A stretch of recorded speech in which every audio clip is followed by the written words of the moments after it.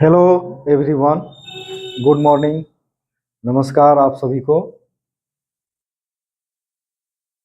आज हम लोग पिछले वीडियो में हमने डिस्कस किया था कि हमारा जो क्लास का जो शेड्यूल रहेगा, चैप्टर वाइज जो शेड्यूल है वो कैसे रहेगा। तो हमने बताया था कि एक चैप्टर हम फिजिकल से लेंगे, एक चैप्टर आपका ऑर्गेनिक से और एक चैप्टर आपका इनऑर्गेनिक से लेंगे।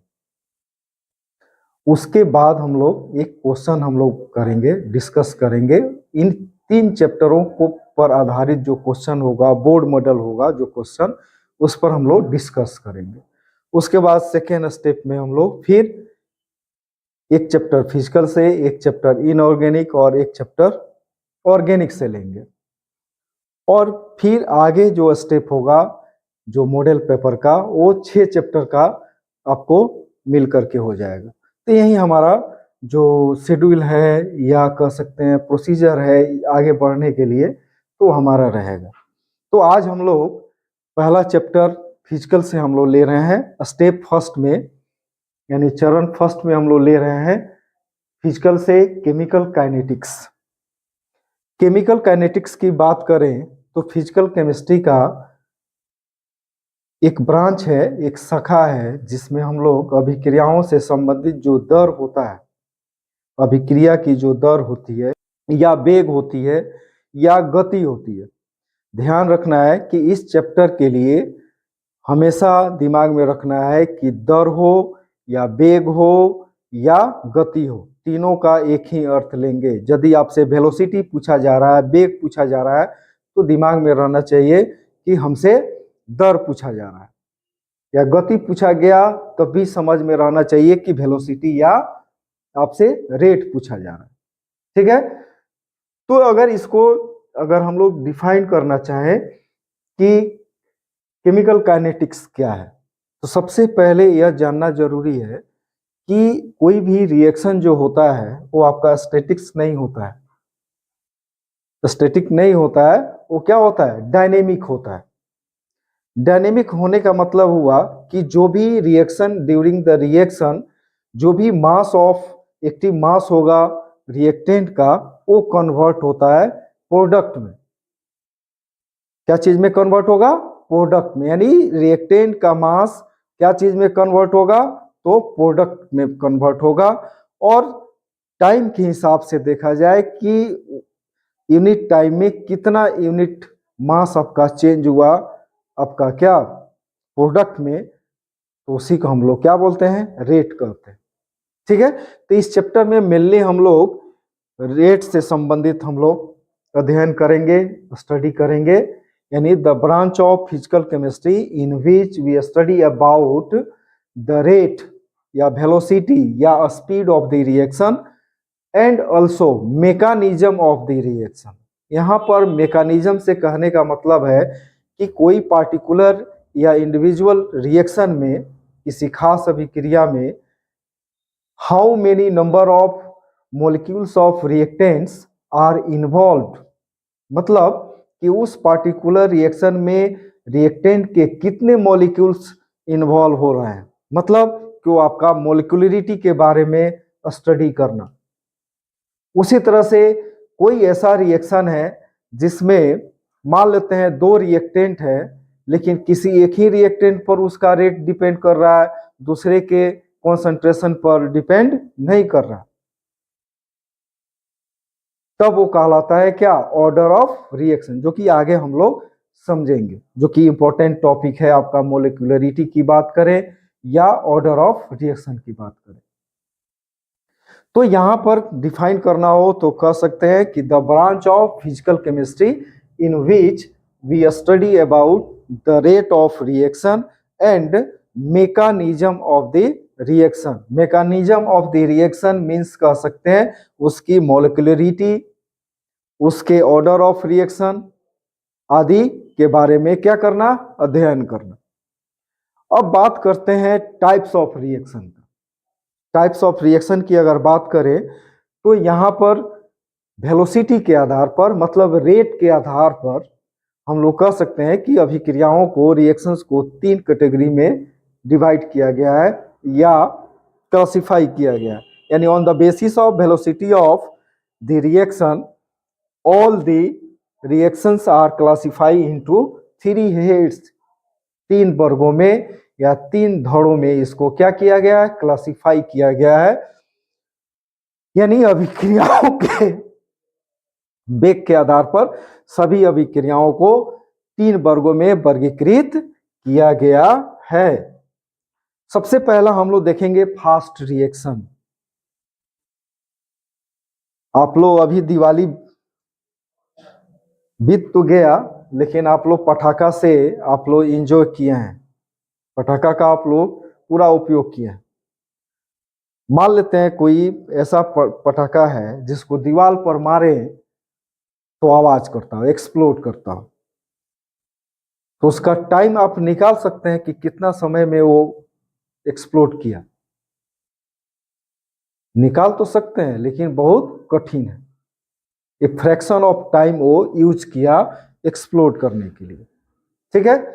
तो उसका टाइम हमें मालूम नहीं हुआ, मतलब कि ये जो समय का इतना छोटा फ्रैक्शन लेता है इन द कंप्लीशन, पूर्ण होने में, जिस टाइम का मेजर करना क्या होता है, कठिन होता है। इस तरह से दिमाग में रखिए कि कुछ ऐसे रिएक्शंस होते हैं जिनको कंप्लीट होने में इतना छोटा समय लगता है, इतना स्मॉलेस्ट टाइम इंटरवल लगता है, या टाइम गिवन टाइम मोमेंट लगता है कह सकते हैं उसको, कि उस टाइम को हम लोग कैलकुलेट करने में कठिनाई हो सकती है या होती है। वैसे रिएक्शंस को हम लोग कह सकते हैं क्या, फास्ट रिएक्शन। यानी those reactions which are completed in the smallest fraction of time which cannot be determined easily are called fast reaction।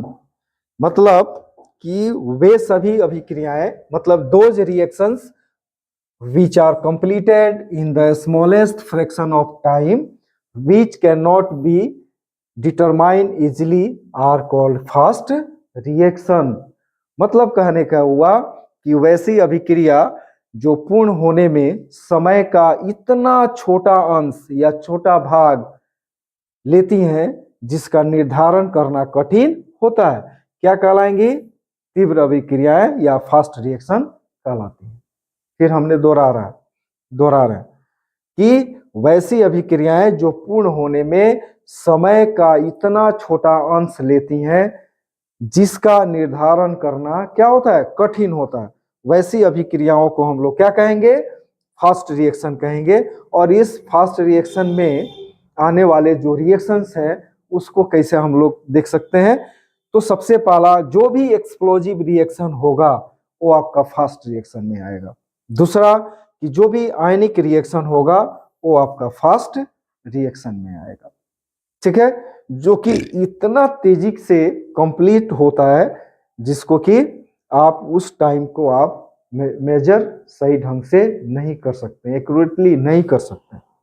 और याद रखना है कि उसी रिएक्शंस का रेट डिटरमाइन हो सकता है, ठीक है, जिसका टाइम मेजर करना आसान हो। तो यहाँ टाइम मेजर करना क्या हो रहा है, आसान है नहीं है, तो क्या यूज करेंगे, क्या हो सकता है यहाँ पर कि इस तरह के रिएक्शंस के लिए कोई आपका काइनेटिक स्टडी संभव नहीं है। यानी for such reactions kinetic study is not possible, मतलब इस प्रकार की अभिक्रियाओं के लिए गतिकी अध्ययन संभव नहीं है। ओके, तो पहला हम लोग टाइप देखा क्या, फास्ट रिएक्शन। फास्ट रिएक्शन में टाइम जो होगा वो इतना छोटा होगा जिसका मेजर करना क्या है, कठिन है। वैसे रिएक्शंस को हम लोग क्या कहेंगे, फास्ट रिएक्शन कहेंगे। और फास्ट रिएक्शन के अंतर्गत आने वाले रिएक्शंस क्या हो सकते हैं, तो विस्फोटक रिएक्शन हो सकते हैं, यानी विस्फोटक अभिक्रिया और आयनिक अभिक्रिया, मतलब explosive reactions and ionic reactions. Okay, उसके बाद दूसरा आपका आता है स्लो रिएक्शंस, मंद अभिक्रिया। स्लो रिएक्शंस को हम लोग कुछ एग्जाम्पल के थ्रू समझने का प्रयास करेंगे क्योंकि इसका जो कंप्लीशन का जो टाइम है वो टाइम बहुत बड़ा है, जिसको आसानी से हम लोग कैलकुलेट या मेजर कर सकते हैं। यानी those reactions which are completed in the smallest fraction of, smallest नहीं होगा, in smallest fraction of fast reaction आ गया ना, ओके।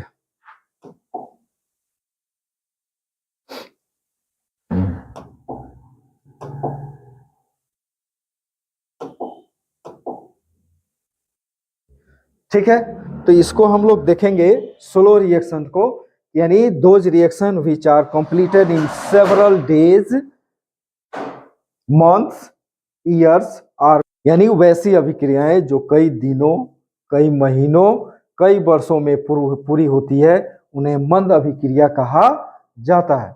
यानी कह सकते हैं कि those reactions which are completed in several days, months और years are called slow reactions, या वैसी अभिक्रिया जो कई दिनों, कई महीनों या कई वर्षों में पूरी होती है या कंप्लीट होती है, उसको कहा जाता है क्या, स्लो रिएक्शन।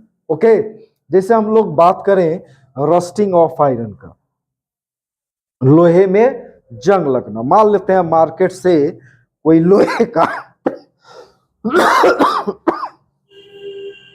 लोहे का वस्तु ले आए और उसको छत पर ले जाके रखते, एकाएक खत्म हो जाएगा? 6 महीना, साल भर, 2 साल, 4 साल में वो बर्तन जा करके खराब हो जाएगा, रस्ट हो जाएगा, पूरा खत्म हो जाएगा। यानी उसको खत्म होने में, यानी रस्टिंग ऑफ आयरन जो है, वो रस्टिंग जो प्रोसेस है उसको कंप्लीट होने में 4 साल 5 साल लग गया, तो बहुत लंबा समय है जिसको हम लोग आराम से, जिसे हम लोग आराम से क्या कर सकते हैं, मेजर कर सकते हैं, डिटरमाइन कर सकते हैं। उसी तरह से दूसरा हम लोग का क्या है, लाइफ साइकिल है, जिसको हम लोग जीवन चक्र कह सकते हैं। हिंदी में क्या बोलेंगे, जीवन चक्र। मतलब जीवन चक्र की बात करें तो जब से हम लोग जन्म लेते हैं, कोई भी इंसान या कोई भी जानवर जब से जन्म लेता है, तब से उसमें निरंतर शरीर में मेटाबॉलिज्म जिसको हम लोग कहते हैं, वो मेटाबॉलिज्म जिसको उपापचय कहते हैं, और उपापचय 2 तरह का होता है, एक कैटाबॉलिज्म और दूसरा एनाबॉलिज्म होता है।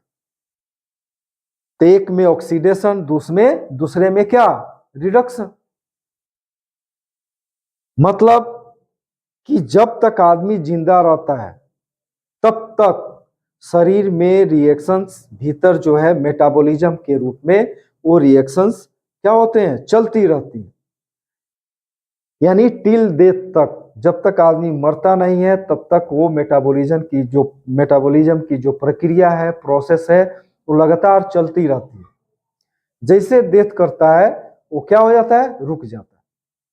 तो मान लेते हैं किसी व्यक्ति का अगर डेथ उसके जन्म से 60 बरस बाद होता है, तो मतलब उसकी उम्र अगर 60 बरस हुई, 60 बरस के बाद 60वें बरस में वो जा करके मरता है, तो वह प्रोसेस कितने दिन तक चला, 60 तक, 60 ईयर तक चला, 60 बरस तक। ठीक है, तो कितना लंबा प्रोसेस हो गया, जिसको आराम से हम लोग क्या कर सकते हैं, मेजर कर सकते हैं। उसी तरह से इरोजन ऑफ सोयल है, इरोजन ऑफ सोयल की बात करें, मिट्टी का क्षरण जैसे है एग्जाम्पल, जैसे बहुत सारा पहाड़ियां हैं और धीरे धीरे वहां से मिट्टी का क्षरण हो रहा है, कटाव हो रहा है, तो आज नहीं तो कल नहीं तो हजारों वर्षों में वो धीरे धीरे मिट्टी का क्षरण होते होते वह जो पहाड़ी क्षेत्र है वो एक क्या होगा, पठार का रूप ले लेगा। तो क्या वो साल 2 साल की प्रक्रिया है, नहीं। 100 साल की प्रक्रिया है, नहीं। हजारों साल लग जाते हैं उस प्रोसेस को कंप्लीट होने में। तो यह भी बहुत लंबा प्रोसेस है। यानी इरोजन ऑफ सोयल की बात करें, जिसे कहा जाता था कि छोटा नागपुर की पहाड़ियों की श्रेणी, आज क्या नाम से वो पुकारते हैं हम लोग, छोटा नागपुर का पठार कहते हैं। तो वही बात है कि वो प्रक्रिया यानी पठार तक आते आते कई बरस लग गए। इससे क्या होता है, ये सारे एग्जाम्पल से कैसे पता चला कि जो भी प्रोसेस है, जो भी प्रक्रिया है, वो बहुत लंबा समय लेने वाली है। चाहे वो हमारा जीवन चक्र हो, कई बरस हो सकता है, रस्टिंग ऑफ आयरन हो, कई बरस लग सकता है, या इरोजन ऑफ सोइल हो, कई बरस लग सकता है। ठीक है, और हमेशा दिमाग में रखना है कि जो स्लो रिएक्शन होता है, रिएक्शन जो होते हैं, मतलब कि जो स्लो स्टेप होता है वही रेट डिटरमाइनिंग स्टेप होता है। हमेशा दिमाग में रखिएगा कि अगर कोई रिएक्शन अगर 2 स्टेप में कंप्लीट हो रहा है तो एक फास्ट स्टेप है, दूसरा स्लो स्टेप है, तो फास्ट स्टेप पर रेट आपका डिटरमाइन नहीं करेगा। किसके ऊपर डिपेंड करेगा, स्लो स्टेप पर। तो यहाँ पर यह जो प्रोसेस है वो क्या है, स्लो स्टेप है, तो इसलिए यहाँ पर हम लोग रेट डिटरमाइन कर सकते हैं, मतलब काइनेटिक स्टडी हो सकती है, संभव है इसके लिए। तो हमेशा याद रखना है कि मंद अभिक्रियाओं के लिए गतिकी जो अध्ययन है वो क्या है, संभव है। ओके, तो नेक्स्ट हम लोग टाइप देखते हैं। तीसरा हम लोग देखेंगे मॉडरेट रिएक्शन या इंटरमीडिएट रिएक्शन। तो नाम से ही समझ में आ रहा है, क्या कह सकते हैं कि जो न तो तीव्र गति से हो और न ही मंद गति से कंप्लीट होता हो, मतलब मध्यम। तो इसको डिफाइन करना हो तो कैसे कह सकते हैं कि those reactions which are neither be slow nor fast are called क्या, मॉडरेट या इंटरमीडिएट रिएक्शन। उसको क्या कहेंगे, मॉडरेट या इंटरमीडिएट रिएक्शन कहेंगे, मॉडरेट या इंटरमीडिएट रिएक्शन कह सकते हैं।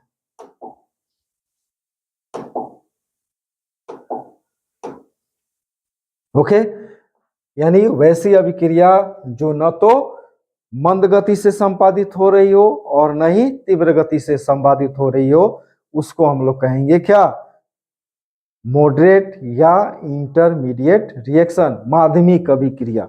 ओके, माध्यमिक अभिक्रिया उसको बोलेंगे। जैसे मान लें कि आपको अगर बोला जाए कि बेटा या भाई आप जो है चीनी और पानी का घोल बना के लेके आओ, शरबत बना के लेके आओ, तो क्या आप अगर 1 गिलास पानी ले करके 1 मुट्ठा चीनी अगर गिलास में रखते हैं या 4 चम्मच चीनी अगर रखते हैं तो तुरंत घुल जाता है कि 2 मिनट 4 मिनट लगता है उसको हिलाने में, उसको चम्मच से चला करके उसको क्या करते हैं हम लोग, डिजॉल्व करते हैं, तो उसमें भी टाइम लगता है, 2 मिनट 4 मिनट 5 मिनट टाइम लगता है। तो 2 मिनट 4 मिनट जो 5 मिनट टाइम है वो मेजर हो सकता है कि नहीं, डिटरमाइन हो सकता है कि नहीं, हो सकता है, आराम से कर सकते हैं। वहां पर 5 मिनट या 2 मिनट या 30 सेकेंड हो, उसको तो कर सकते हैं। तो वैसे समय में ये सब रिएक्शन आपका कंप्लीट होगा। जिससे शुगर को अगर घोला जाए तो क्या मिलेगा, ग्लूकोज और फ्रुक्टोज में क्या होता है, टूट जाता है, हाइड्रोलाइज हो जाता है। उसी तरह से यहाँ पर हाइड्रोलाइसिस ऑफ ईस्टर की बात करें तो यहाँ पर अगर ईस्टर जस्ट आप लोग देखते होंगे मिश्री दाना मार्केट में आता है, जस्ट वैसा ही होता है, लेकिन थोड़ा सा कपूर जैसा कलर हो जाता है उसका, एकदम व्हाइटिश, ठीक है ना। उसको जब घोलेंगे तो आपको क्या मिलेगा, एसिटिक एसिड और क्या, इथाइल अल्कोहल मिलेगा। ठीक है, क्या मिलेगा, एसिटिक एसिड और क्या, इथाइल अल्कोहल। याद कीजिएगा, इसको दिमाग में रखना है इस एग्जाम्पल को। कई तरह से यहाँ से इसी एग्जाम्पल के आधार पर क्वेश्चन पूछे जा चुके हैं, चाहे ऑर्डर ऑफ रिएक्शन से हो चाहे मोलिकुलरिटी से हो, ऐसे क्वेश्चन पूछे जा चुके हैं। जाइए क्वेश्चन बैंक देखिए, वहां पर है ये क्वेश्चन, सीधे एग्जाम्पल दे देगा, बोलेगा कि the molecularity for this reaction या हाइड्रोलाइसिस ऑफ ईस्टर इज 1 2 3 0। ठीक है, तो इसके लिए मोलिकुलरिटी क्या हो जाएगी, मोलिकुलरिटी कितना तो इसके लिए 2 हो जाती, यानी अणुकता इसके लिए क्या हो जाएगी, 2 हो जाएगी। क्योंकि यहाँ पर नंबर ऑफ मॉलिक्यूल्स कितने हैं रिएक्टेंट के, तो 2 हैं। इसके लिए भी m का मान यानी अणुकता का मान क्या हो जाएगा, 2 हो जाएगा। ऐसे ऐसे क्वेश्चन आपसे पूछा जा सकता है। उसी तरह से बोल सकता है कि hydrolysis of ester is an example of first order reaction, zero order reaction, second order reaction, none of this. क्या कहिएगा, क्या हो जाएगा, फर्स्ट ऑर्डर रिएक्शन हो जाएगा। चूंकि यहाँ पर H2O है, आगे हम लोग देखेंगे इसको। H2O के लिए ऑर्डर ऑफ रिएक्शन क्या होता है, 0 होता है। तो 2 क्वेश्चन यहाँ से हम लोग कर सकते हैं। नेक्स्ट हम लोग देखेंगे टॉपिक जो देखने जा रहे हैं वो केवल अंडरस्टैंडिंग के लिए है। समझ आपका जो समझ है वो कैसे बढ़ेगा, अगर आप उसको समझ लेते हैं तो आगे जो टॉपिक मिलेगा उसको आराम से आप समझ जाइएगा। तो हम लोग देखते हैं रेट ऑफ रिएक्शन, जो कि एक बेस है आपका इस चैप्टर के लिए, इसको समझना जरूरी है। तो शुरू में हमने बोला था कि कोई भी रिएक्शंस होते हैं तो जो रिएक्टेंट की मात्रा जो क्या होती है, इन्वॉल्व होती है, उस मात्रा को हम लोग क्या बोलते हैं, एक्टिव मास बोलते हैं।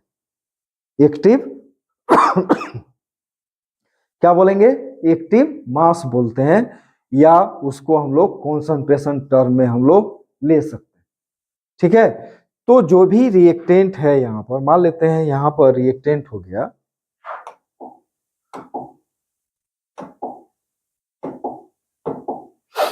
मान लें यहां पर रिएक्टेंट ले लें,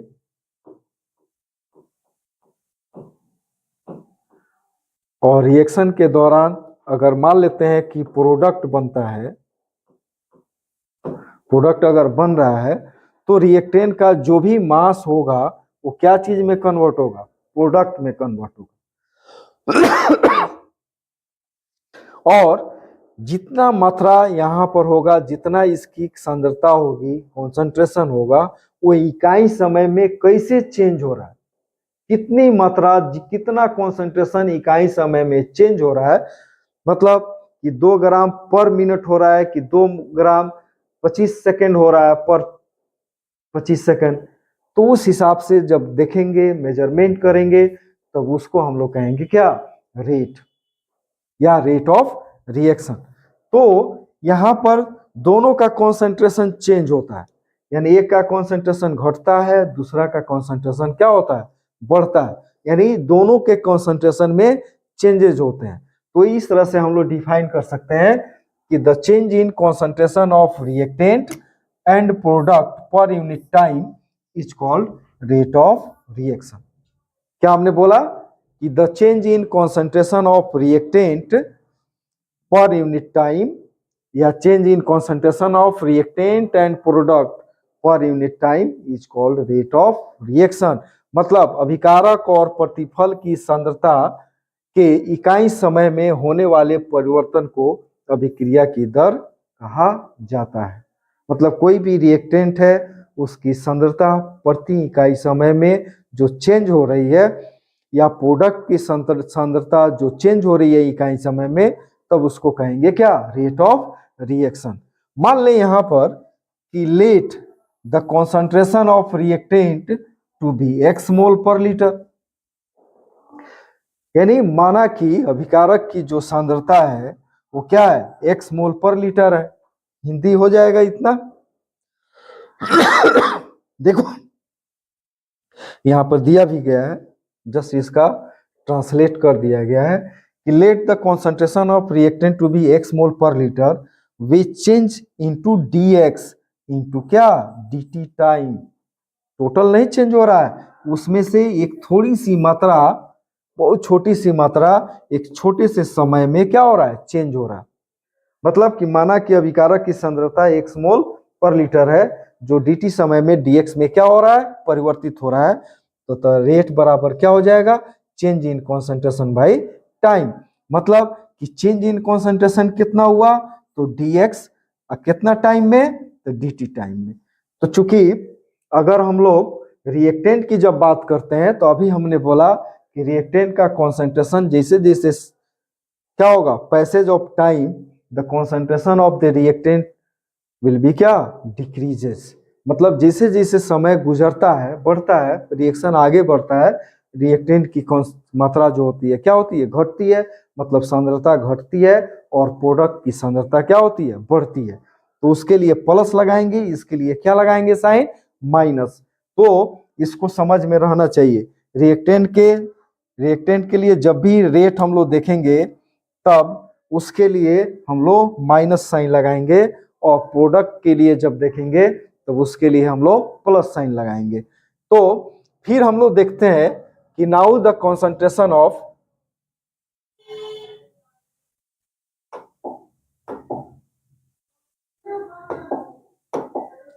फिर हम देखें प्रोडक्ट के लिए कि now the concentration of product to be C moles per litre we change into DC in DT time.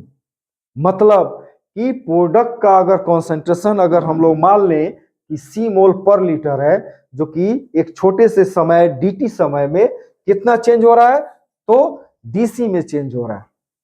वाजिब है, निकाल सकते हैं आप लोग कि अब प्रतिफल की सांद्रता सी मोल पर लीटर है जो कि डीटी समय में परिवर्तित हो रहा है।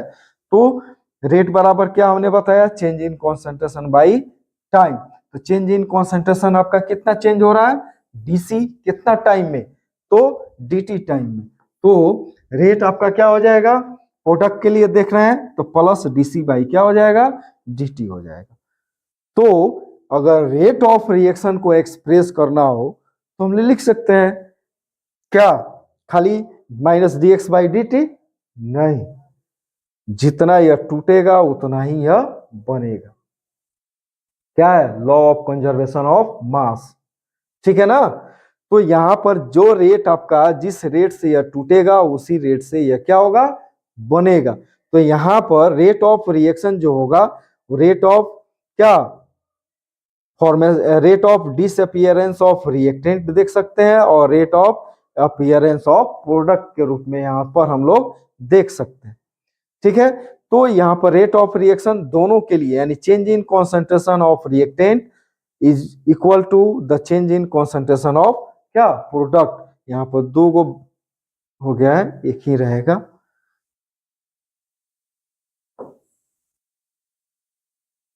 ठीक है, बोर नहीं होना है, इसको समझते चलना है, ठीक है। तो अगर कोई दिक्कत हो तो फिर से उसको दोहराइए, हमको नहीं लगता है कि कोई दिक्कत होने जा रही है। ओके,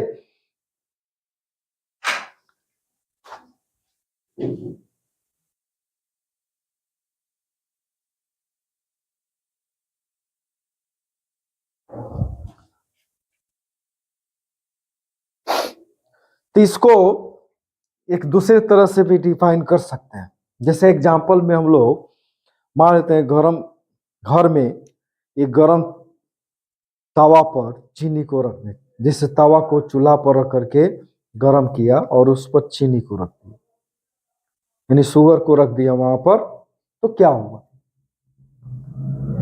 क्या हो गया, चीनी जला, यानी दहन हुआ, कंबसन हुआ। तो क्या हो गया वहां पर क्या निकल गया, आपका CO2 निकल गया, H2O भी निकल गया, और वहां पर क्या बच गया, कार्बन बच गया, जो कि राख के रूप में तवा पर रहेगा। तो जैसे जैसे टाइम बढ़ा वैसे वैसे वो चीनी क्या हो गई, विलुप्त हो गई, और CO2 एयर में चला गया, H2O भी एयर में चला जाएगा, और यहाँ पर जो काला जो पार्ट है यानी कार्बन है वो वहां पर बच गया। तो इस तरह से एग्जाम्पल से समझें कि जो प्रोसेस हुआ उस प्रोसेस में चीनी को रखा, चीनी धीरे धीरे क्या हो गया, गायब हो गया, मिला क्या आपको, तो CO2, H2O और कार्बन मिला, ठीक है। तो इस हिसाब से अगर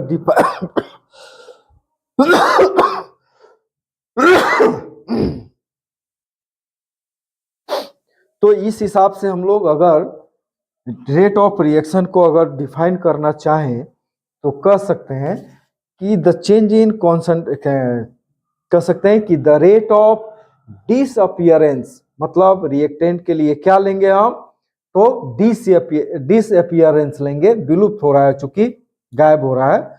और प्रोडक्ट चूंकि मिल रहा है, बन रहा है, तो उसके लिए हम लोग कहेंगे क्या, रेट ऑफ अपीयरेंस। मतलब कि the rate of disappearance of reactant and the rate of appearance of product is called rate of reaction. मतलब हमने क्या बोला कि अभिकारक के विलुप्त होने की दर या गायब होने की दर और प्रतिफल के उत्पन्न या क्या बनने की दर को हम लोग अभिक्रिया की दर कह सकते हैं। ठीक है, यानी अभिकारक के विलुप्त होने की दर और प्रतिफल के उत्पन्न होने की दर को अभिक्रिया की दर कहा जाता है। ओके, तो चलिए आगे हम लोग इसको इक्वेशन के थ्रू समझने का प्रयास करेंगे। मान लें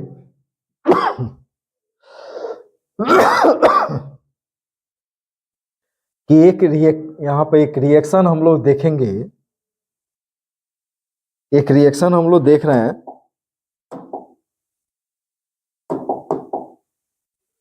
गला खराब हो गया है खांसी से, तो इसको हम लोग समझने का प्रयास करेंगे इस इक्वेशन के थ्रू। जैसे मान लें कि कोई रिएक्शन है जिसमें ए और बी क्या है, रिएक्टेंट है। क्या है, तो रिएक्टेंट मतलब क्या, अभिकारक है। क्या है, अभिकारक। ठीक है, और सी और डी क्या है, तो प्रोडक्ट। क्या हो गया, प्रोडक्ट, मतलब क्या, प्रतिफल, प्रतिफल हो गया। तो सबसे पहले यह मान लें कि ए बी सी और डी की मात्रा क्या है, उसका कॉन्सेंट्रेशन क्या है। तो लेट कर लेंगे कि let the concentration of A B C and D are concentration of A, concentration of B, concentration of C and concentration of D respectively। मतलब कि माना कि A, B, C और D की सांद्रता क्रमशः क्या है, concentration of A, concentration of B, concentration of C and concentration of D है। तो यहां पर अब निकाल सकते हैं हम लोग, रेट निकाल सकते हैं कि अगर ए के लिए कॉन्सेंट्रेशन ऑफ ए है तो rate of disappearance of A क्या होगा, तो माइनस, चूंकि रिएक्टेंट है इसीलिए माइनस साइन लगाएंगे, D change in concentration of A by क्या, डी टी। मतलब D concentration of A by या अपॉन डी टी। उसी तरह से rate of disappearance of B का देखें तो कह सकते हैं कि change in concentration of B by क्या, अपॉन डी टी। इसके साथ भी नेगेटिव साइन लगाएंगे। उसी तरह से क्योंकि यहाँ पर सी और डी क्या है, प्रोडक्ट है, तो इनके लिए हम लोग देखेंगे क्या, अपीयरेंस, डिसअपियरेंस नहीं होगा, यह आपका क्या हो जाएगा, इसको थोड़ा सा आप लोग कर लीजिएगा, यह अपीयरेंस देखेंगे चूंकि यह दोनों क्या है, प्रोडक्ट है। तो इसके लिए क्या हम लोग देखने जा रहे हैं, तो अपीयरेंस, डी के लिए भी क्या, अपीयरेंस। ठीक है ना, तो यानी rate of appearance of C बराबर हो जाएगा plus D concentration of C upon क्या, डी टी। प्लस यहाँ पर लगाने का मतलब क्या हुआ कि प्लस इसलिए लगा रहे हैं कि चूंकि वो प्रोडक्ट है और समय के साथ साथ उसकी मात्रा क्या हो रही है, बढ़ रही है, उसका कॉन्सेंट्रेशन क्या हो रहा है, बढ़ रहा है। उसी तरह से rate of appearance of D का देखें तो plus change in concentration of D upon क्या, डी टी। मतलब D concentration of D by क्या, डी टी। तो सबको एक साथ अगर करेंगे, एक्सप्रेस करने का तरीका यही है कि सबको एक साथ पुटअप करेंगे, तो यानी रेट ऑफ रिएक्शन आपका क्या हो जाएगा, तो ये आपका change in concentration of A in D T time बराबर minus change in concentration of B in D T time और बराबर plus change in concentration of C in D T time and plus change in concentration of D in D T time. तो इस हिसाब से जो भी reactant रहेगा, product रहेगा, तो रिएक्टेंट के लिए हम रेट ऑफ डिसअपियरेंस लेंगे और प्रोडक्ट के लिए हम लोग रेट ऑफ अपीयरेंस लेंगे। क्योंकि यहाँ पर गलत टाइपिंग है, तो इसको थोड़ा सा देख लीजिएगा लोग। उसी तरह से एक दूसरा एग्जाम्पल हो सकता है, रिएक्शन लिखने का तरीका एक अलग हो सकता है कि मान लें कि ए के लिए कोफिशिएंट आपका क्या लगा है,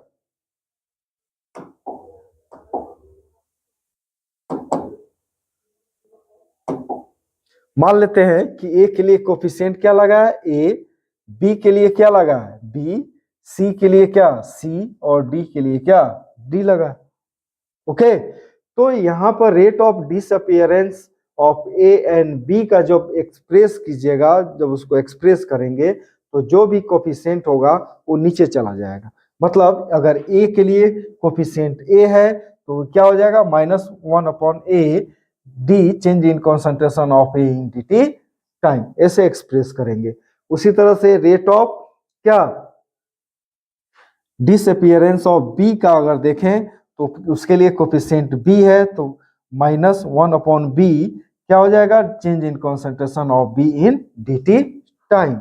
उसी तरह से यहाँ पर अपीयरेंस देखेंगे, डिसअपियरेंस नहीं होगा, सॉरी यहाँ पर टाइपिंग में गलत हुआ है। तो यहाँ पर देखेंगे रेट ऑफ अपीयरेंस ऑफ सी अगर देखें तो सी क्या है, आपका प्रोडक्ट है, तो जब भी साइन लगाएंगे प्लस, यानी प्लस सी कोफिशिएंट है तो 1/c D change in concentration of C by क्या हो जाएगा, dt। उसी तरह से यहाँ पर rate of appearance, rate of appearance of क्या डी के लिए देखेंगे तो इसके लिए भी प्लस साइन लगाएंगे, चूंकि यहाँ पर यह भी आपका क्या है, प्रोडक्ट है, ठीक है, तो प्लस लगाएंगे और कोफिशिएंट डी है तो 1/d change in concentration of D in dt time. और जब रेट को एक्सप्रेस करेंगे तो सबको एक साथ यहाँ पर पुटअप करेंगे, यानी जब इक्वेशन लिखेंगे तो इसे हम लोग सबको एक साथ बराबर करते हुए, इज इक्वल टू करते हुए सबको यहाँ पर लिखने का यही आपका तरीका है, ठीक है। तो यह आपका हो गया क्या, रेट ऑफ रिएक्शन। उसी तरह से एक रिएक्शन आ जाए कि मान लेते हैं नाइट्रोजन जो है हाइड्रोजन के साथ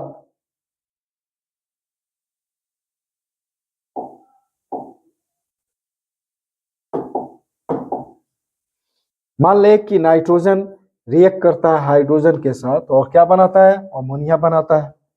क्या बनाया, अमोनिया, यानी nitrogen react with hydrogen in proper condition to form क्या, अमोनिया। यहाँ पर कैटालिस्ट वगैरह नहीं दिखा रहे हैं, केवल एग्जांपल से हम लोग समझने का कोशिश करेंगे। तो इसके लिए क्या लेंगे, क्योंकि दोनों क्या है, प्रोडक्ट रिएक्टेंट है, तो इसके लिए हम लोग ले सकते हैं डिसअपियरेंस ऑफ नाइट्रोजन।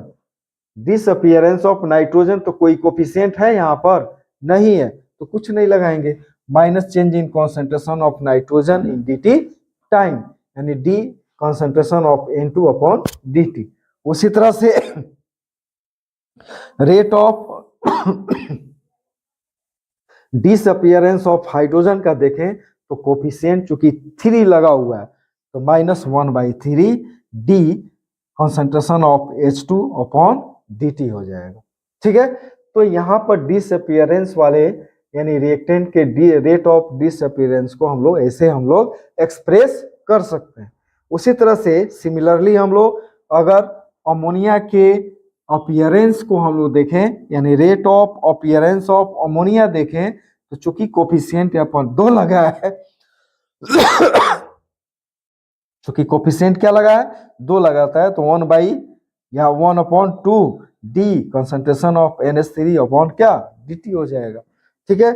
और रेट ऑफ रिएक्शन जब निकालेंगे तो change in concentration of nitrogen is equal to -1/3 change in concentration of hydrogen is equal to +1/2 क्या change in concentration of ammonia.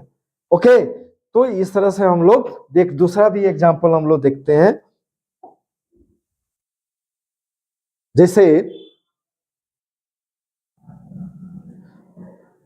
यहां पर रिएक्शन है, यानी यहां पर जो रिएक्शन है वो क्या है, H2 जो है, कहाँ चला जा रहा है, बहुत आगे चला गया।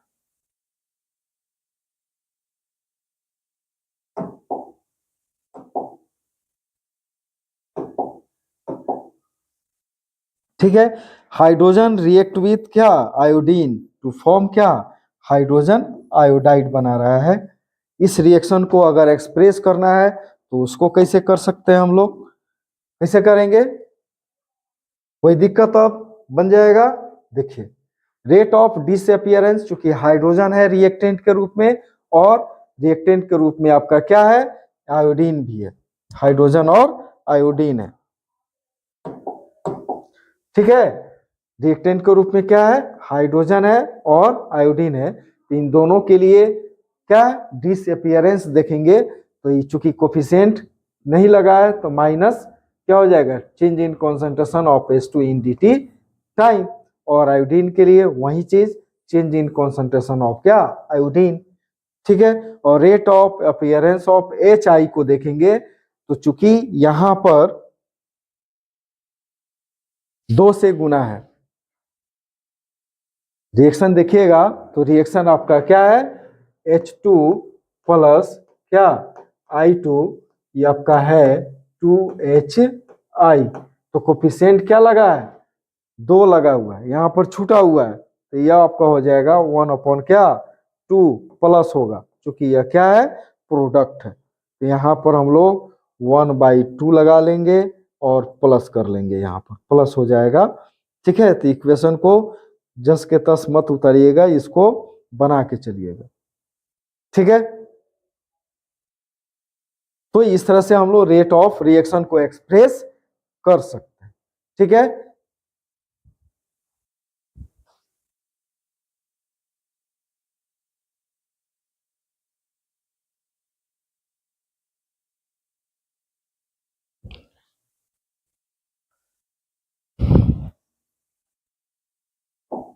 अब हम लोग देखते हैं क्वेश्चन पर, यानी जो रेट ऑफ रिएक्शन है उस आधार पर कुछ क्वेश्चन करने का प्रयास हम लोग करेंगे।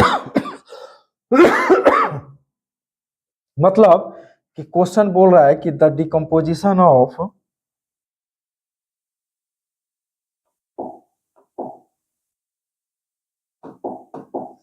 यानी the decomposition of ammonia on platinum surface is zero order reaction, reactor नहीं होगा, यह रिएक्शन होगा। क्या है वो, जीरो ऑर्डर रिएक्शन है। What are the rate of production of nitrogen and hydrogen, बोल रहा है कि अमोनिया का जो विघटन है, अपघटन है प्लेटिनम सरफेस पर, यानी प्लेटिनम पृष्ठ पर NH3 का अपघटन एक शून्य कोटि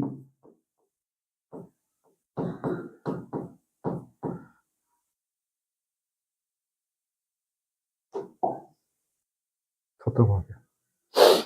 चलिए, क्या बोल रहा है कि प्लेटिनम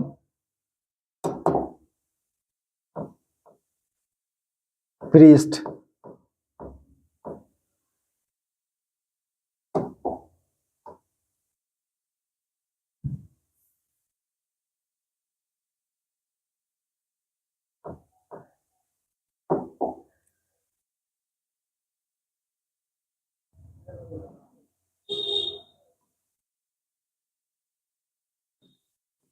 पर NH3 का अपघटन एक शून्य कोटि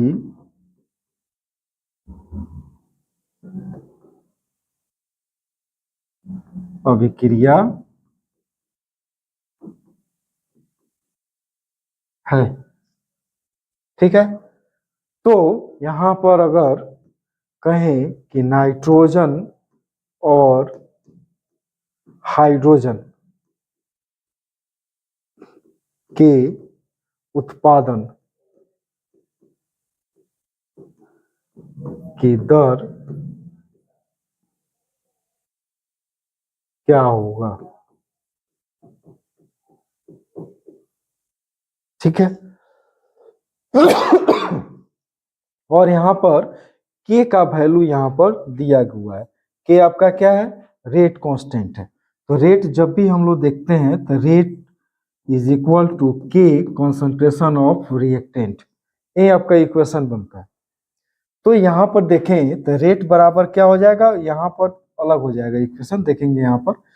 तो के का मान दिया है 2.5 into 10⁻⁻⁴ mole litre inverse second inverse. क्योंकि यह शून्य कोटि अभिक्रिया है, जीरो ऑर्डर रिएक्शन है, तो यहाँ पर रेट कांस्टेंट का जो यूनिट होगा वो क्या हो जाएगा, mole litre inverse second inverse. आपसे एग्जाम में पूछा गया है कि जीरो ऑर्डर रिएक्शन के लिए के का यूनिट क्या होता है, यानी दर स्थिरांक की इकाई क्या होती है। जीरो ऑर्डर के लिए, फर्स्ट ऑर्डर के लिए, सेकेंड ऑर्डर के लिए के की इकाई पूछा जा चुका है एग्जाम में, तो इस पर नजर रखनी है, आगे हम लोग देखेंगे इसको। तो यहाँ पर अमोनिया क्या हो रहा है, डिकम्पोज हो रहा है, टूट रहा है, क्या चीज में, नाइट्रोजन और हाइड्रोजन में क्या हो रहा है, टूट रहा है। अगर रेट को अगर एक्सप्रेस करें तो हम लोग अभी सीखे हैं कैसे एक्सप्रेस करेंगे। रेट बराबर क्या, 2 कोफिशिएंट है तो -1/2 DNH3 का कॉन्सेंट्रेशन बटा क्या, dt बराबर प्लस क्या हो जाएगा, d concentration of N2 by क्या, d2 dt बराबर प्लस, चूंकि कोफिशिएंट 3 है तो 1/3 क्या हो जाएगा, d concentration of H2 by क्या, dt। ओके, तो चूंकि यह शून्य कोटि अभिक्रिया है तो रेट बराबर क्या हो जाएगा, k का है। तो यहाँ पर जो आपका NH3 है वो NH3 मतलब शून्य कोटि होने का मतलब कि NH3 के कॉन्सेंट्रेशन पर उसका रेट जो है डिपेंड नहीं करेगा। तो इसको यहाँ से हम लोग हटा सकते हैं, रहे चाहे नहीं रहे कोई फर्क नहीं पड़ता है रेट पर, ठीक है। तो रेट बराबर क्या हो जाएगा, के हो जाएगा, ठीक है। अब देखते हैं यहाँ पर के का वैल्यू मालूम है,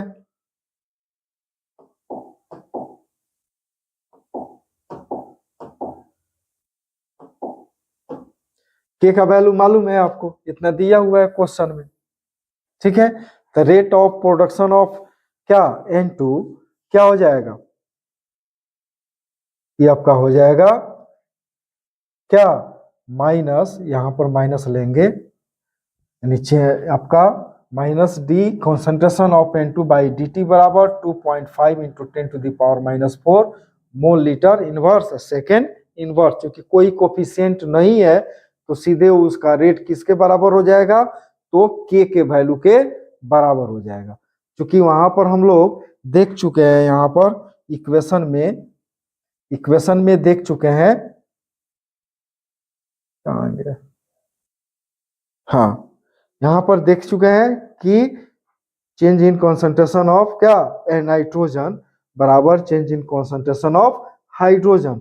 और यहाँ पर इसी आधार पर हम लोग अगर रेट बराबर के लिखें तो रेट बराबर यही है, तो रेट बराबर कोई एक उठा लीजिए तो के बराबर हो जाएगा। तो यहाँ पर इस हिसाब से आपका यहाँ पर वैल्यू आपका मिल जाएगा, किसका, rate of production of nitrogen का किसके बराबर हो जाएगा, तो रेट कांस्टेंट के वैल्यू के बराबर उसका मान हो जाएगा।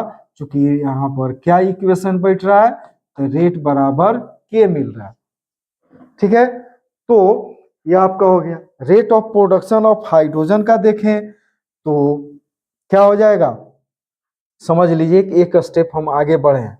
क्योंकि जब भी नाइट्रोजन का लिखेंगे तो प्लस लिखेंगे, चूंकि हाँ यहाँ पर माइनस नहीं होगा चूंकि प्रोडक्ट के रूप में, प्लस 1 बाई क्या हो जाएगा, 3H2 DH2 का कॉन्सेंट्रेशन अपॉन क्या dt।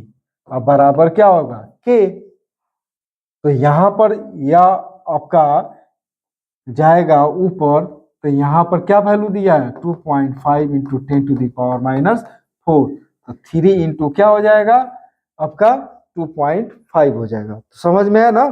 तो 1/3 अगर है यहाँ पर 1/3, तो अगर इसको इधर लेके जाते हैं तो मल्टीपल आपका हो जाएगा, मल्टीप्लाई कर लेंगे 3 into 2.5 into 10⁻⁴ mole litre inverse second inverse. ठीक है, तो आपका कितना हो गया rate of production of hydrogen, तो 7.5 into 10⁻⁻⁴ mole litre inverse second inverse. जबकि प्रोडक्शन ऑफ नाइट्रोजन जो होगा वो बराबर हो जाएगा के वैल्यू का, क्योंकि यहाँ पर कोई कोफिशिएंट नहीं है तो सीधे बराबर हो जाएगा। ओके, नेक्स्ट क्वेश्चन हम लोग देखते हैं। नेक्स्ट क्वेश्चन है कि in the formation of sulphur trioxide by contact process. ठीक है, यानी कह सकते हैं कि संपर्क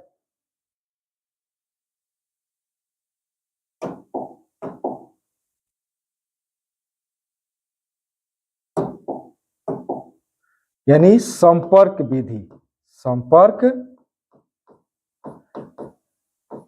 विधि द्वारा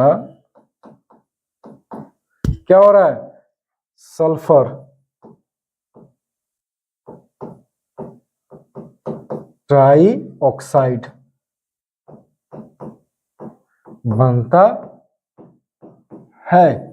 ठीक है, तो यहां पर यही आपका रिएक्शन हो गया 2SO2 प्लस O2 क्या हो गया 2SO3। The rate of reaction was measured as, जिसे इसका जब रेट ऑफ रिएक्शन मेजर्ड किया गया तो उसमें जो ऑक्सीजन है उसका जो रेट ऑफ डिसअपियरेंस है वो क्या है 2.5 into 10⁻⁴ mole litre inverse second inverse. यानी यह जो डिसअपियर हो रहा है वो किस रेट से हो रहा है तो 2.5 into 10⁻⁴ mole litre inverse second inverse. Okay, तब यहां पर ये सब समझ में रहना चाहिए। तो यहां पर कह सकते हैं कि the rate of reaction expressed in the term of SO3 will be, मतलब आपसे पूछा जा रहा है कि रेट ऑफ जो फॉर्मेशन है SO3 का उसको कैसे हम लोग व्यक्त कर सकते हैं।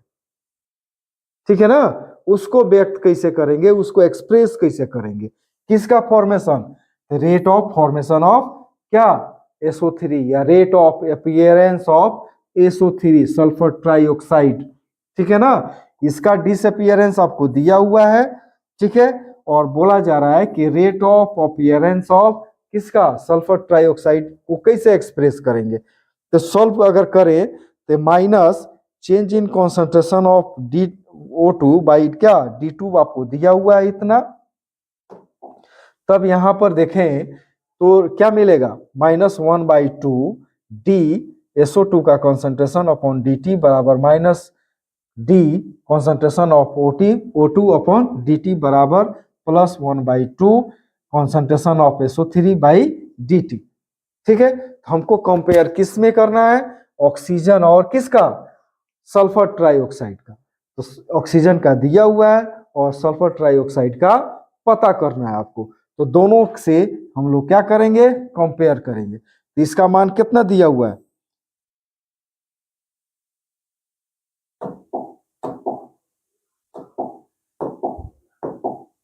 इसका मान यहां पर दिया हुआ है 2.5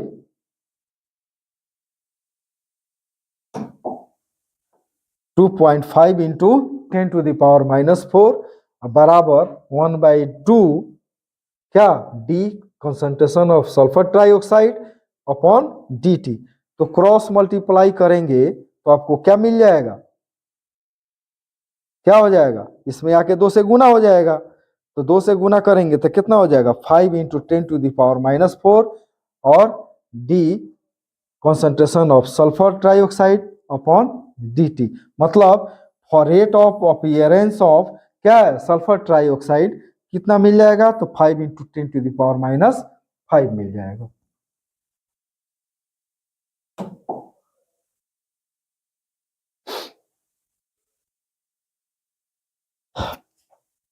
एक क्वेश्चन हम लोग देखते हैं कि फॉर ए केमिकल रिएक्शन, एक अभिक्रिया के लिए, एक रासायनिक अभिक्रिया के लिए देखें तो 2x प्लस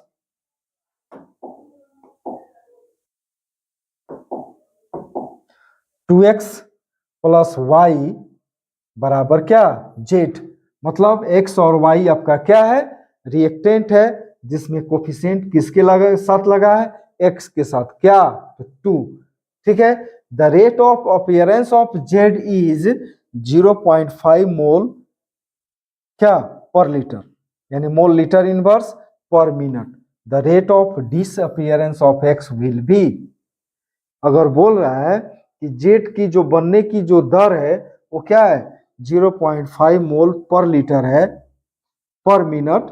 ठीक है, rate of disappearance of x will be, x के डिसअपीयरेंस होने का तब दर क्या है। तो सबसे पहले इस आधार पर हम लोग रेट ऑफ रिएक्शन को एक्सप्रेस करें तो दो कोफिशिएंट है यहाँ पर, तो -1/2 D concentration of X by क्या, अपॉन डी टी, बराबर कोई कोफिशिएंट नहीं है, minus D concentration of Y upon D T, बराबर इसके साथ भी कोई कोफिशिएंट नहीं है, plus D concentration of Z upon D T. तो यहाँ पर आगे आपका क्या हो जाएगा, तो यहाँ पर जेड का आपका रेट ऑफ अपीयरेंस दिया हुआ, अभी क्वेश्चन में हम लोग समझे कि जेट के बनने की दर आपका क्या है, 0.05 mole litre inverse minute inverse में है। ठीक है, तो कहाँ चला गया,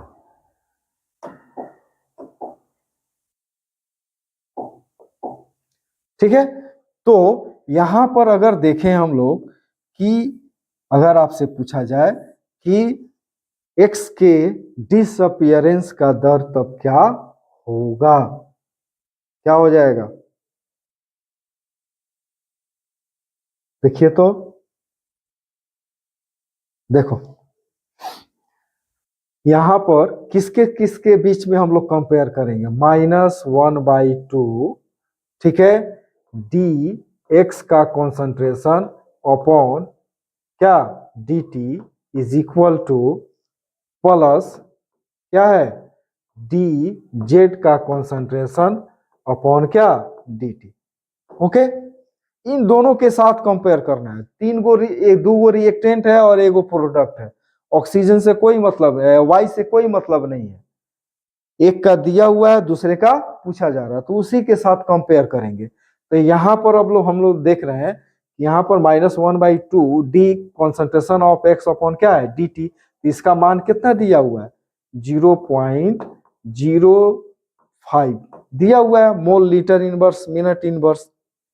तो अगर इसके बनने की इसके डिसअपीयरेंस अगर देखें तो डिसअपीयरेंस क्या हो जाएगा, माइनस डी एक्स का कॉन्सेंट्रेशन बाई क्या, डी टी, बराबर क्या हो जाएगा, 2 इधर जाएगा तो 2 इंटू कितना, 0.05 हो जाएगा। तो जस्ट वही चीज किया गया है, तो आपका आंसर कितना हो गया, तो 0.10 mole litre inverse minute inverse. ठीक है, तो थोड़ा सा आज थोड़ा सा कह सकते हैं कि थोड़ा सा मैथमेटिकल एक्सप्रेशन ज़्यादा था, फिर भी हम लोगों ने कोशिश किया समझाने का, और इसको एक बार दो बार थोड़ा सा दोहरा लीजिएगा। अगर किसी टॉपिक में दिक्कत होती है तब, या किसी क्वेश्चन में दिक्कत होती है तब, विशेषकर ऐसे क्वेश्चन के लिए कोई भी जो रिएक्शन दिया रहेगा, मान लें यहाँ पर A + B और C + D है, 4 गो है, 2 गो रिएक्टेंट 2 गो प्रोडक्ट, तो मान लेते हैं किसी एक का D का अगर फॉर्मूला रेट ऑफ अपीयरेंस दिया हो और B का अगर रेट ऑफ डिसअपीयरेंस पूछा जा रहा हो, तो A और C को हटाइए, पहले तो rate of reaction equation express कीजिए पहले इस पर, जो भी कोफिशिएंट लगा हो नहीं लगा हो, ठीक है। तो बाद में चल करके क्या हम लोग करेंगे, जिससे पूछा जा रहा है और जिसका दिया हुआ है, ठीक है, उसके साथ कंपेयर करेंगे, आपका क्वेश्चन हल हो जाएगा। ठीक है ना, यही तरीका है इस पर। और क्वेश्चन इसको कर लीजिएगा तो अच्छा रहेगा। तो आज का क्लास हम लोग का यहीं पर हम एंड कर रहे हैं, बहुत लंबा क्लास हो गया। और नेक्स्ट क्लास में हम लोग देखने का कोशिश करेंगे मॉलिक्यूलरिटी क्या होती है, अणुकता क्या होती है, ऑर्डर ऑफ रिएक्शन क्या होता है।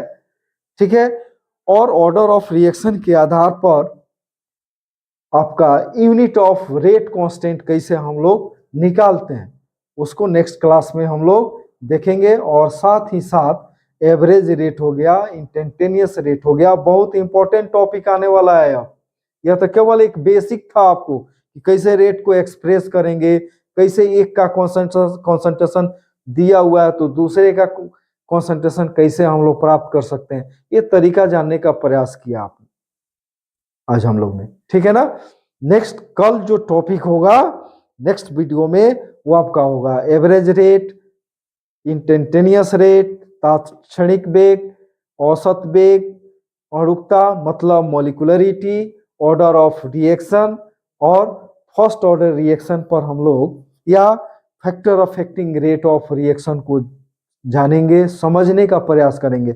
अगर हम लोग उसको समझ लेते हैं तो अपने से लिखने की क्षमता हम में आ जाएगी, मजा आएगा। नेक्स्ट जो वीडियो होगा टॉपिक भी बढ़िया है और इम्पोर्टेंट भी है। ओके, तो आज का वीडियो यहीं पर एंड करते हुए बहुत बहुत धन्यवाद, थैंक यू।